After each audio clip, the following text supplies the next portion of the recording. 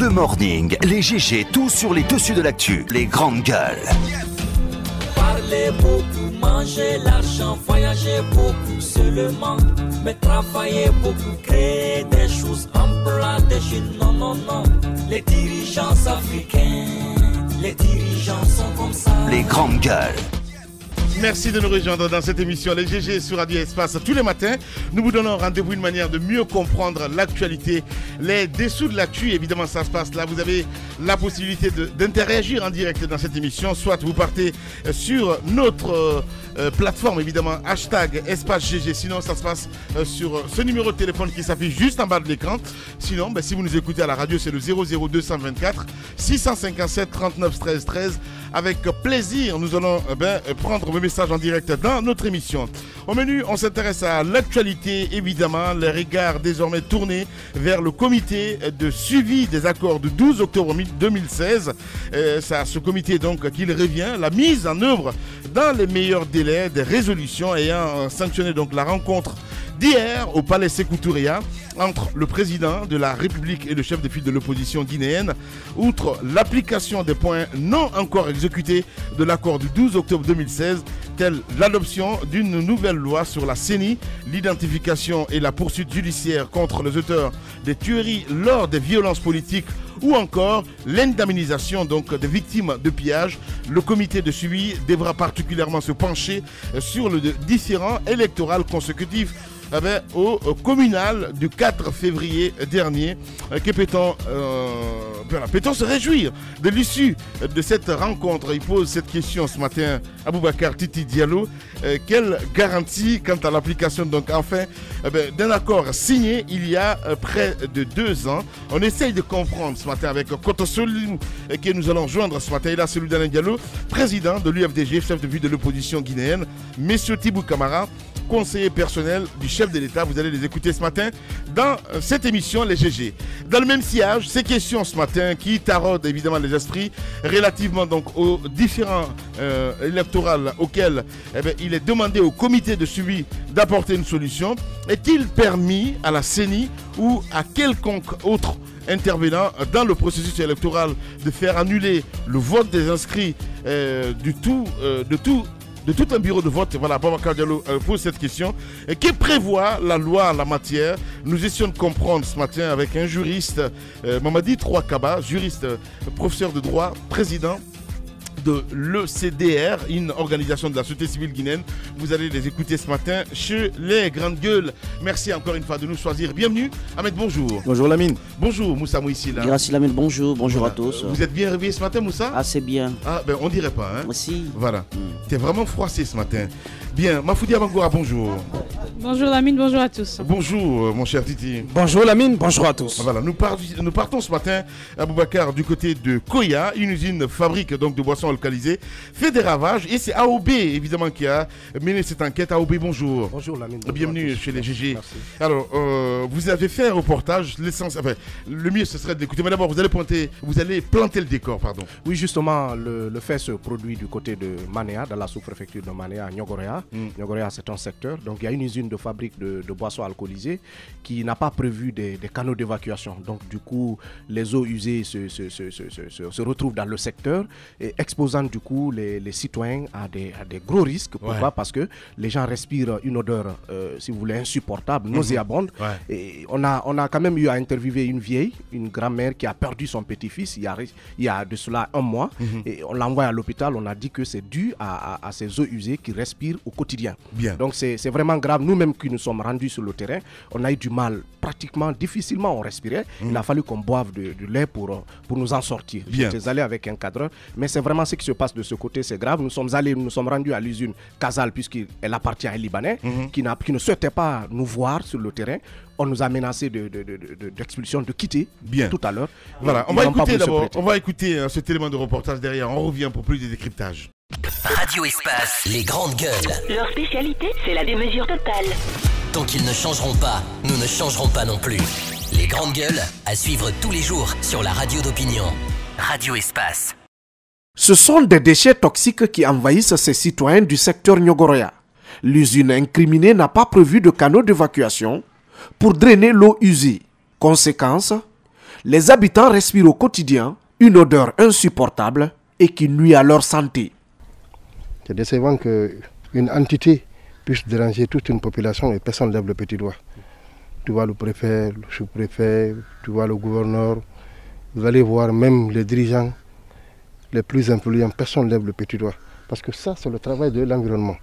C'est l'environnement qui est touché.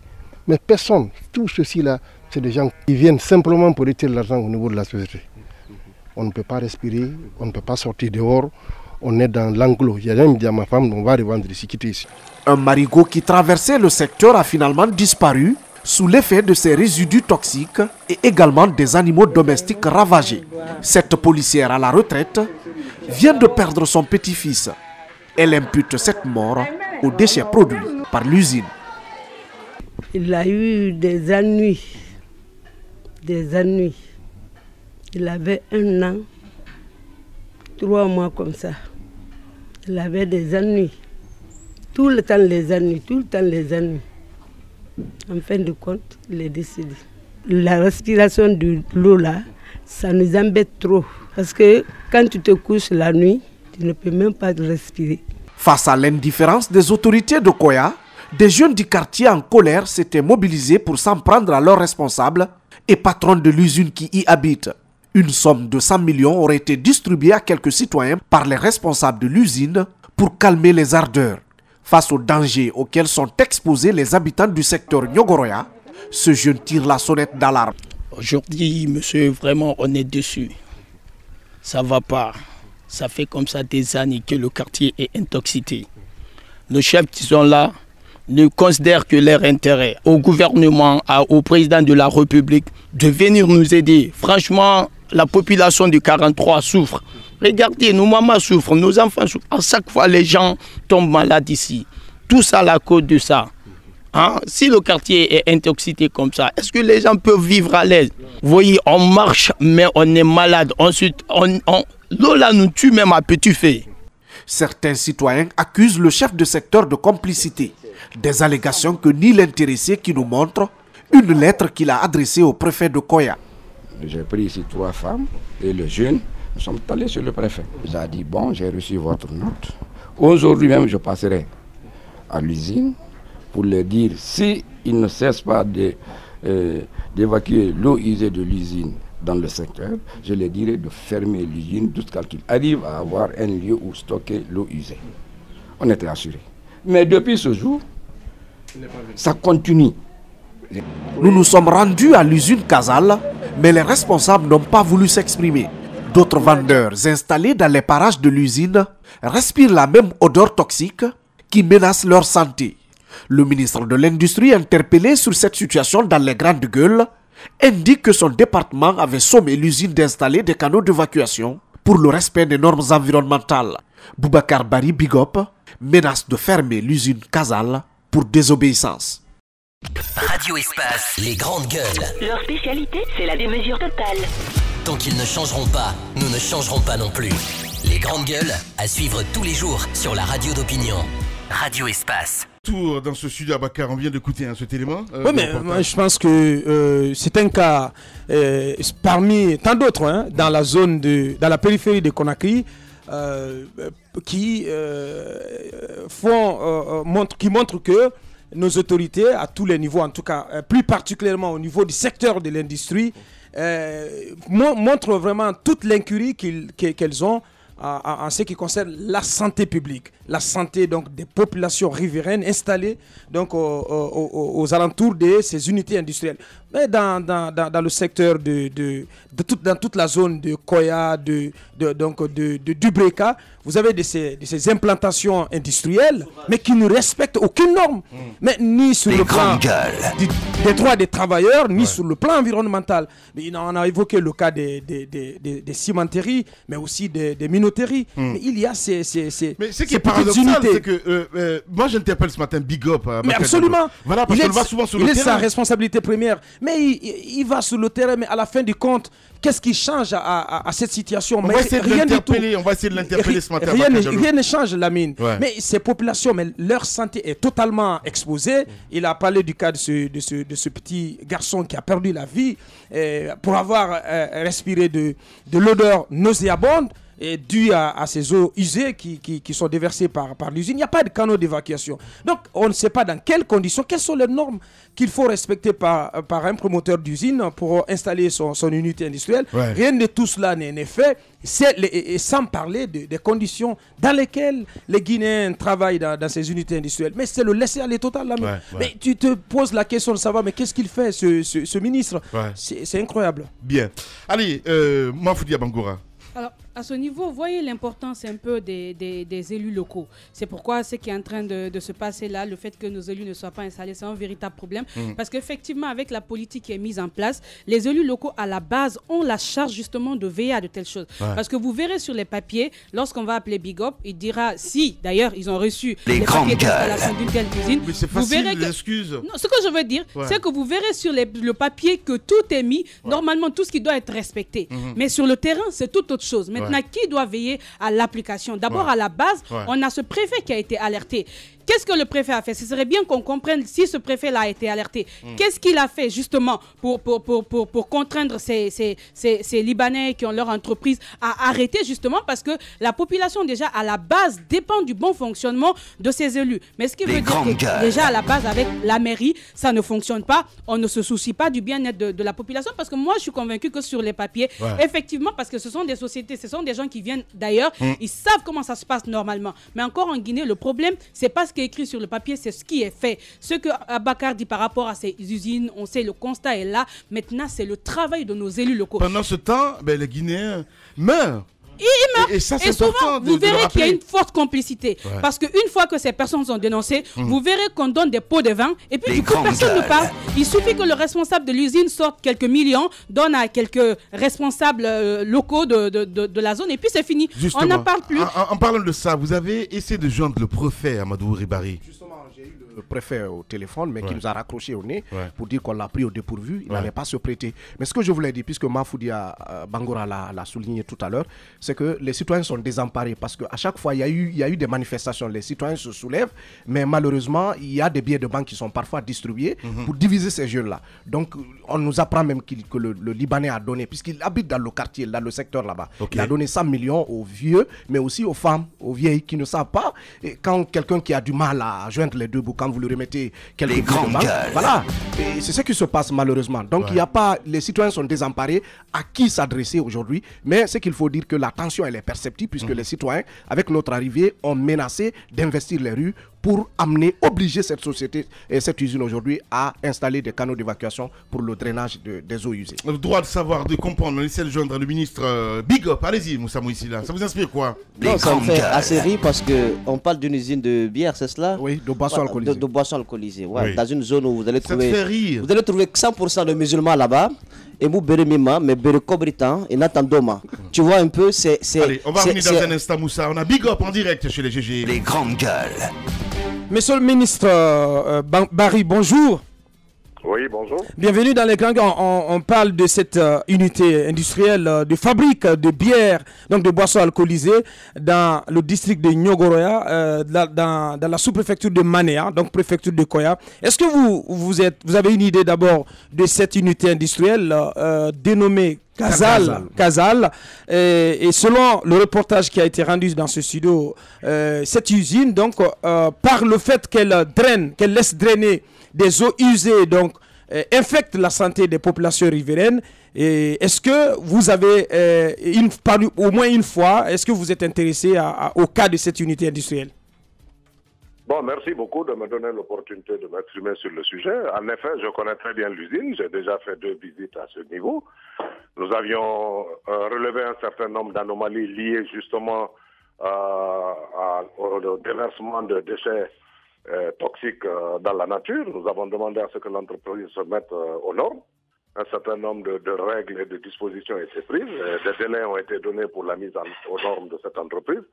Maintenant que nous constatons que ce délai n'a pas été respecté, nous allons prendre les dispositions qu'il faut pour fermer l'usine jusqu'à ce que les mesures de sécurité et de respect de l'environnement. Mais jusqu'à quand, monsieur le ministre? Parce que si à chaque fois qu'il faut vous interpeller, il y a des cas de mort là-bas du côté de... Il y a au moins un enfant qui a perdu la vie suite à une maladie pulmonaire. Vous savez, il faut garder son calme. Mais non, ce n'est pas une garde... Attendez, monsieur le ministre, c'est facile. C'est facile. Bien sûr qu'on vous pose une question. Moi, je suis très en colère ce matin. Quand vous dites qu'il ne faut pas envenimer la situation, qu'est-ce qu'on envenime comme situation? Je n'ai pas utilisé le mot envenimer. J'ai dit il faut rester calme. Vous m'avez appelé, vous me laissez vous expliquer. Allez-y. Tout est une question de méthodologie. J'ai visité énormément d'unités industrielles.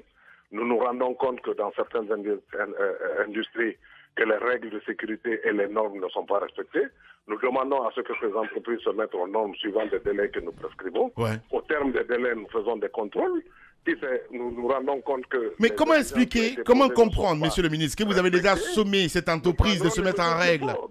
L'usine Casal déverse des eaux usées et des eaux toxiques dans la nature. Nous avons demandé à ce que les aménagements soient faits pour que ces eaux puissent être collectées, traitées dans des bassins de rétention avant d'être évacuées dans la nature.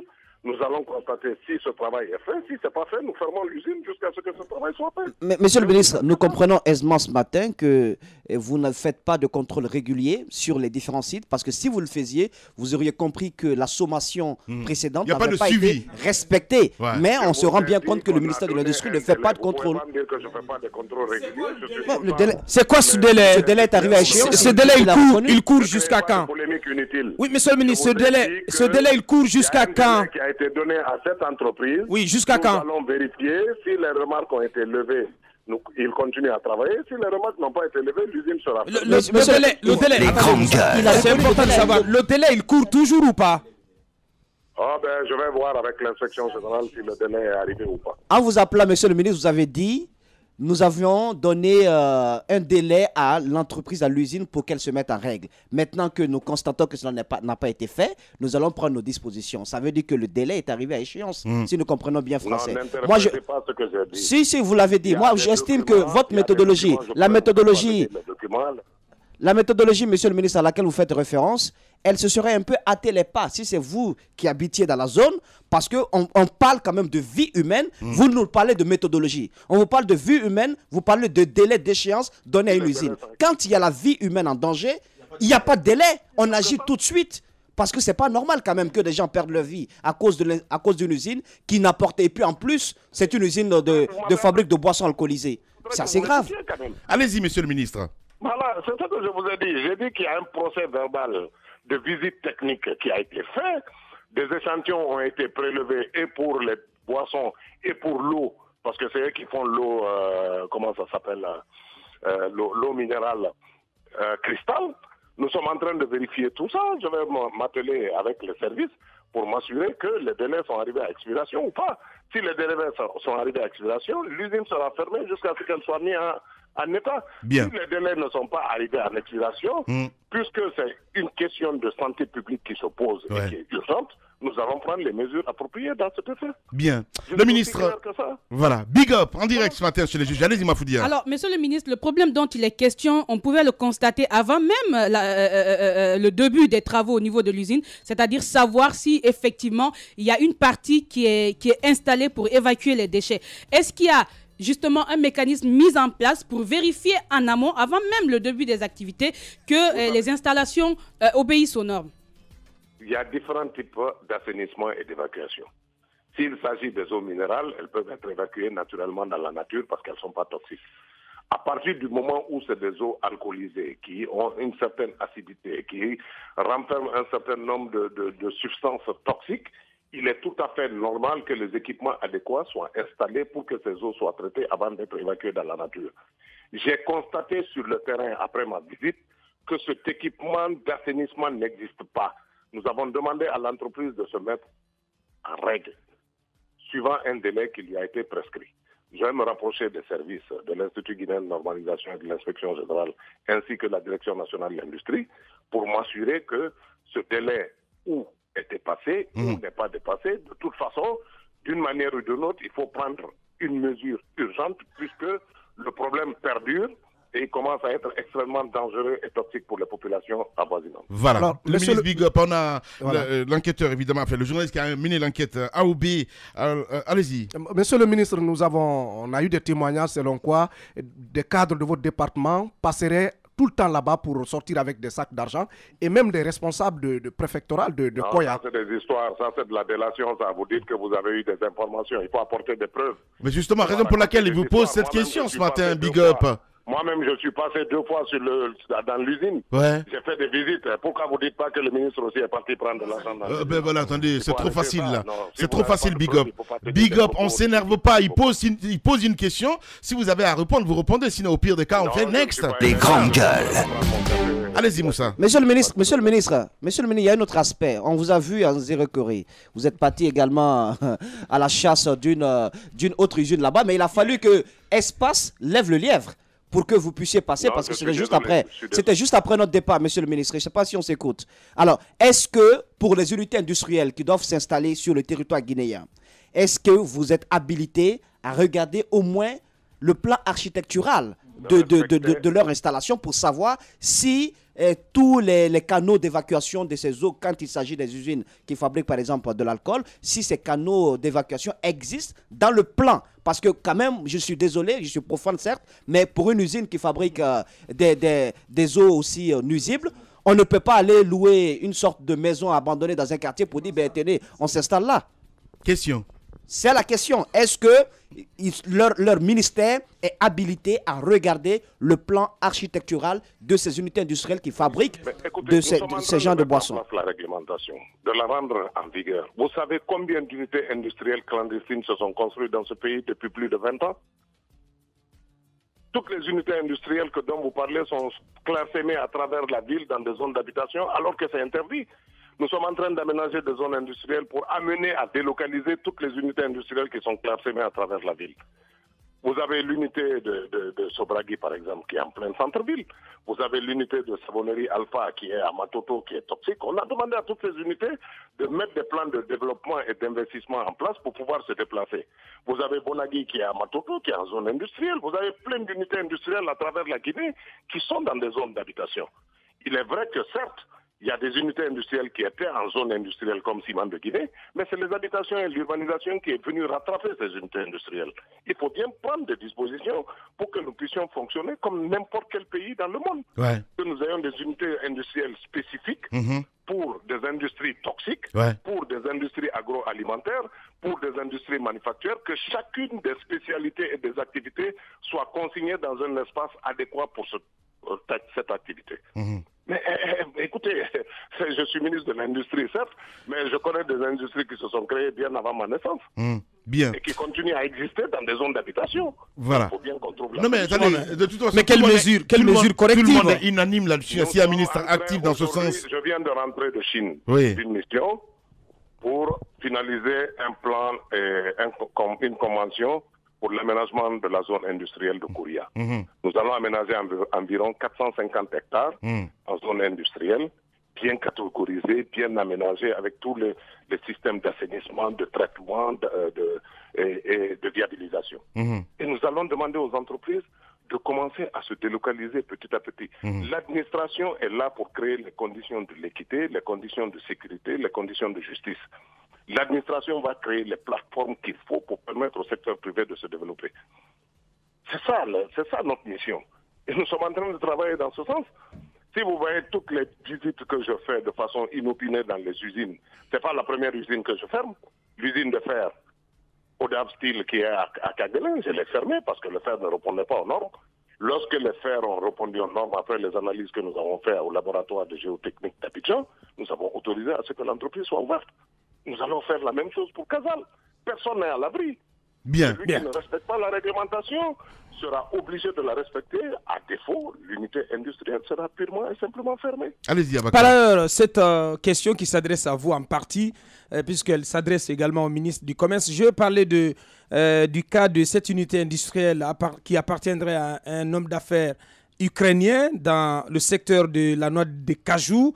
Il y a beaucoup d'intervenants dans le secteur de la noix de cajou qui se plaignent aujourd'hui et qui n'ont même pas pu participer à la saison agricole dans ce secteur-là pour avoir été grugés par cet industriel russe. Est-ce que vous avez connaissance de ce dossier que ce monsieur Igor, je crois que c'est son nom, qui aurait installé une unité industrielle de transformation de la noix de cajou dans le secteur de Kagbele?